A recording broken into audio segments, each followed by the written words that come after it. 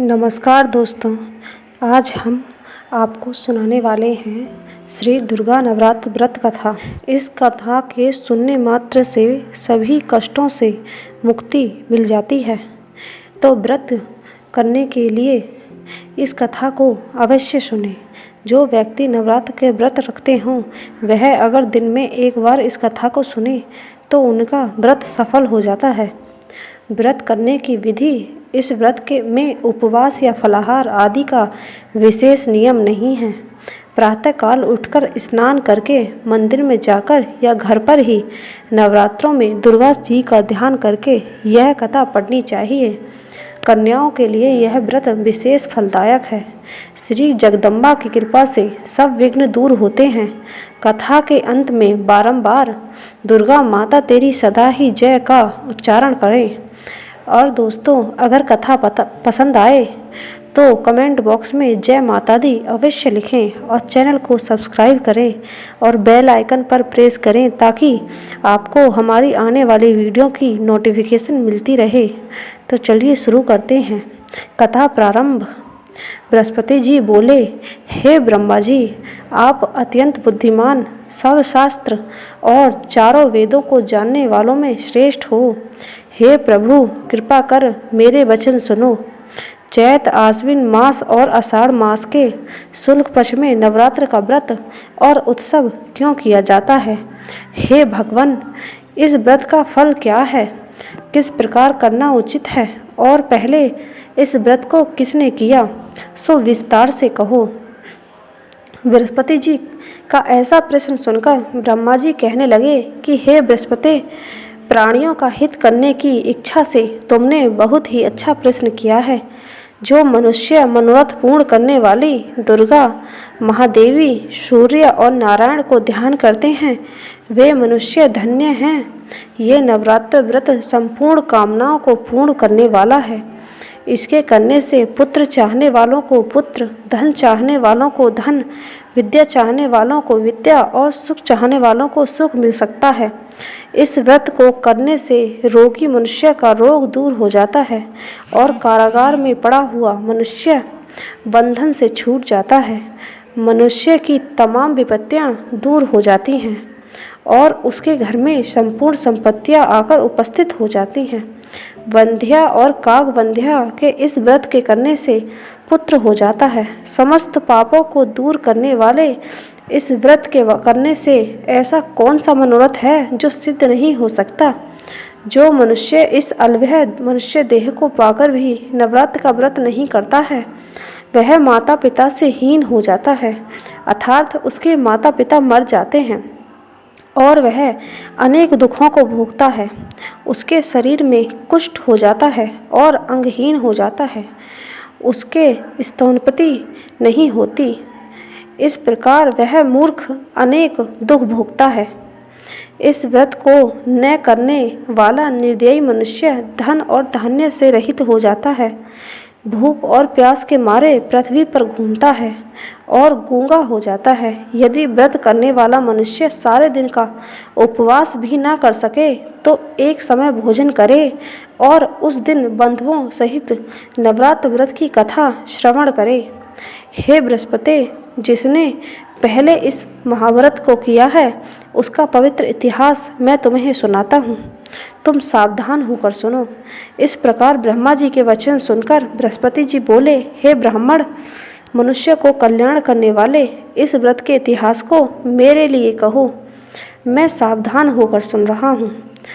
आपकी शरण आए हुए मुझ पर कृपा करो। ब्रह्मा जी बोले, पीटथ नामक के मनोहर नगर में एक नानाथ नाम का ब्राह्मण रहता था। वह भगवती दुर्गा का भक्त था। उसके यहाँ संपूर्ण सद्गुणों से युक्त मानो ब्रह्मा की सबसे पहली रचना हो ऐसी यथार्थ नाम वाली सुमिति नाम की एक अत्यंत सुंदर कन्या पैदा हुई। वह कन्या सुमिति अपने घर में बालकपन में अपनी सहेलियों के साथ क्रीड़ा करती हुई इस प्रकार बढ़ने लगी जैसे शुक्ल पक्ष में चंद्रमा की कला बढ़ती है। उसका पिता प्रतिदिन दुर्गा की पूजा और होम किया करता था। उस समय वह भी नियम से वहाँ उपस्थित होती थी। एक दिन वह सुमिति अपनी सखियों के साथ खेलने लग गई और भगवती के पूजन में उपस्थित नहीं हुई। उसके पिता को पुत्री को ऐसी असावधानी देखकर क्रोध आया और पुत्री से कहने लगा कि हे दुष्ट पुत्री, आज प्रभात से तुमने भगवती का पूजन नहीं किया, इस कारण मैं किसी कुष्ठी और दरिद्र मनुष्य के साथ तेरा विवाह करूँगा। इस प्रकार कुपित पिता के वचन सुनकर सुमिति को बड़ा दुख हुआ और पिता से कहने लगी कि हे पिताजी, मैं आपकी कन्या हूँ, मैं आपके सब तरह से अधीन हूँ, जैसी आपकी इच्छा हो मेरा विवाह कर सकते हो। होगा वही जो मेरे भाग्य में लिखा है, मेरा तो इस पर पूर्ण विश्वास है। मनुष्य न जाने कितने मनोरथ का चिंतन करता है, पर होता वही है जो भाग्य में विधाता ने लिखा है। जो जैसा करता है उसको फल भी उस कर्म के अनुसार ही मिलता है, क्योंकि कर्म करना मनुष्य के अधीन है पर फल देव के अधीन है। जैसे अग्नि में पड़े हुए तृणदी उसको अधिक प्रदीप्त करते हैं, उसी तरह अपनी कन्या के ऐसे निर्भयता से कहे हुए वचन सुनकर उस ब्राह्मण को क्रोध आया। तब उसने अपनी कन्या का एक कुष्ठी के साथ विवाह कर दिया और अत्यंत कुंद्र होकर पुत्री से कहने लगा कि जाओ जाओ, जल्दी जाओ, अपने कर्मों का फल भोगो, देखें केवल भाग्य के भरोसे पर रहकर क्या करती है। इस प्रकार से कहे हुए पिता के कटु वचनों को सुनकर सुमिति अपने मन में विचार करने लगी कि हो, मेरा बड़ा दुर्भाग्य है जिससे मुझे ऐसा पति मिला। इस तरह अपने दुख का विचार करती हुई वह सुमिति अपने पति के साथ वन चली गई और भयानक वन में कुशायुक्त उस स्थान पर उन्होंने वह रात बड़े कष्ट से व्यतीत की। उस गरीब बालिका को ऐसी दशा देखकर भगवती पूर्व पुण्य के प्रभाव से प्रकट होकर सुमिति से कहने लगी कि हे ब्राह्मणी, मैं तुम पर प्रसन्न हूँ, तुम जो चाहो वरदान मांग सकती हो, मैं प्रसन्न होने पर मनवांछित फल देने वाली हूँ। इस प्रकार भगवती दुर्गा का वचन सुनकर ब्राह्मणी कहने लगी कि आप कौन हैं जो मुझ पर प्रसन्न हुई हैं, यह सब मेरे लिए कहो और अपनी कृपा दृष्टि से मुझ दासी को कृतार्थ करो। ऐसा ब्राह्मणी का वचन सुनकर देवी कहने लगी कि मैं आदि शक्ति हूँ और मैं ही ब्रह्मा विद्या और सरस्वती हूँ। मैं प्रसन्न होने पर प्राणियों को दुख दूर कर उसको सुख प्रदान करती हूँ। हे ब्राह्मणी, मैं तुझ पर तेरे पूर्व जन्म के पुण्य के प्रभाव से प्रसन्न हूँ। तुम्हारे पूर्व जन्म का वृतांत सुनाती हूँ, सुनो। तू पूर्व जन्म में निषाद भील की स्त्री थी और अति प्रतिव्रता थी। एक दिन तेरे पति निषाद ने चोरी की। चोरी करने के कारण तुम दोनों को सिपाहियों ने पकड़ लिया और ले जाकर जेल खाने में कैद कर दिया। उन लोगों ने तुझे और तेरे पति को भोजन भी नहीं दिया। इस प्रकार नवरात्र के दिनों में तुमने न तो कुछ खाया और न जल भी पिया, इसलिए 9 दिन तक नवरात्र का व्रत हो गया।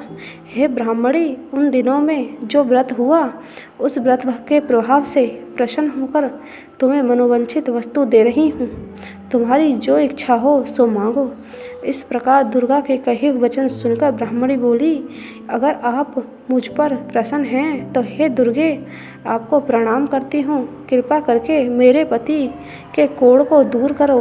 देवी कहने लगी कि उन दिनों में जो तुमने व्रत किया था उस व्रत के एक दिन का पुण्य अपने पति का कोढ़ दूर होने के लिए अर्पण करो। मेरे प्रभाव से तेरा पति कोढ़ से रहित और सोने के समान शरीर वाला हो जाएगा। ब्रह्मा जी बोले। इस प्रकार देवी का वचन सुनकर वह ब्राह्मणी बहुत प्रसन्न हुई और पति को निरोग करने की इच्छा से ठीक है ऐसे बोली। तब तक उसके पति का शरीर भगवती दुर्गा की कृपा से कुष्ठहीन होकर अति कांतियुक्त हो गया, जिसकी कांति के सामने चंद्रमा को कांति भी क्षीण हो जाती है। वह ब्राह्मणी पति के मनोहर देह को देखकर देवी को अति पराक्रमी वाली समझकर स्तुति करने लगी कि हे दुर्गे, आप दुर्गत को दूर करने वाली, तीनों जगत का संताप हरने वाली, समस्त दुखों को दूर करने वाली, रोगी मनुष्य को निरोग करने वाली, प्रसन्न होने पर मनवांछित वस्तु को देने वाली और दुष्ट मनुष्यों का नाश करने वाली हो। तुम ही सारे जगत की माता और पिता हो। हे अम्बे, मुझ अपराध रहित अबला को मेरे पति के कुष्ठ के साथ विवाह कर मुझे घर से निकाल दिया। उसकी निकाली हुई मैं पृथ्वी पर घूमने लगी। आपने ही मेरे इस आपत्ति रूपी समुद्र के उद्धार किया है। हे देवी, आपको प्रणाम करती हूँ, मुझ दिन की रक्षा करो। ब्रह्मा जी बोले कि हे बृहस्पति, इसी प्रकार उस समिति ने मन में देवी की बहुत स्तुति की। उसकी स्तुति सुनकर देवी को बहुत संतोष हुआ और ब्रह्मणी से कहने लगी कि हे ब्रह्मणी, तुम्हारे उदाल्य जाप का एक अति बुद्धिमान, धनवान, कीर्तिवान और जितेंद्रिय पुत्र शीघ्र ही होगा। ऐसा कहकर वह देवी उस ब्राह्मणी से फिर कहने लगी कि हे ब्राह्मणी, और जो कुछ तेरी इच्छा हो वही मनवांछित वस्तु तुम मांग सकती हो। ऐसा भगवती दुर्गा का वचन सुनकर सुमिति बोली कि हे भगवती दुर्गे, अगर आप मुझ पर प्रसन्न हैं तो कृपा कर मुझे नवरात्रि विधि बताइए। हे दयावंती, जिस विधि से नवरात्र व्रत करने से आप प्रसन्न होती हैं, उस विधि और उसके फल को मेरे लिए विस्तार से वर्णन करें। इस प्रकार ब्राह्मणी के वचन सुनकर दुर्गा कहने लगी कि हे ब्राह्मणी, मैं तुम्हारे लिए संपूर्ण पापों को दूर करने वाली नवरात्र विधि बतलाती हूँ, जिसको सुनने से तमाम पापों से छुटकार मोक्ष की प्राप्ति होती है। आश्विन मास के शुक्ल पक्ष के प्रतिपदा से लेकर 9 दिन तक विधि पूर्वक व्रत करें। यदि दिन भर का व्रत न कर सकें तो एक समय का भोजन करें। पढ़े लिखे ब्राह्मणों से पूछकर घट स्थापना करें और वाटिका बनाकर उसको प्रतिदिन जल से सींचें। महाकाली, महालक्ष्मी और महासरस्वती की मूर्तियां बनाकर उनकी नित्य विधि सहित पूजा करें और पुष्पों से विधि पूर्वक अर्घ्य दें। विजोरा के फूल से अर्घ्य देने के से रूप की प्राप्ति होती है। जायफल से कीर्ति, दाख से कार्य की सिद्धि होती है। आंवले से सुख और केले से भूषण प्राप्ति होती है। इस प्रकार फलों के अर्घ्य देकर यथा विधि हवन करें। खांड, घी, गेहूँ, शहद, जौ, तिल, बिंब, नारियल, दाख और कदम, इनसे हवन करें। गेहूँ होम करने से लक्ष्मी की प्राप्ति होती है। खीर व चंपा के पुष्पों से धन और पत्नों के तेज और सुख की प्राप्ति होती है। आंवले से कीर्ति और केले से पुत्र की प्राप्ति होती है। कमल से राज सम्मान और दाखों से सुख संपत्ति की प्राप्ति होती है। व्रत करने वाला मनुष्य इस विधान से होम पर आचार्य और अत्यंत नम्रता के साथ प्रणाम करे और यज्ञ की सिद्धि के लिए उसे दक्षिणा दे। इस महाव्रत को पहले बताई हुई विधि के अनुसार जो करता है उसके सब मनोरथ सिद्ध हो जाते हैं। इसमें तनिक भी संज्ञा नहीं है। इन 9 दिनों में जो कुछ दान आदि दिया जाता है उसका करोड़ों गुना फल मिलता है। इस नवरात्र के व्रत करने से अश्वमेध यज्ञ का फल मिलता है। हे ब्राह्मणे, इस संपूर्ण मनोकामनाओं को पूर्ण करने वाले उत्तम व्रत को तीर्थ, मंदिर अथवा घर में ही विधि के अनुसार करें।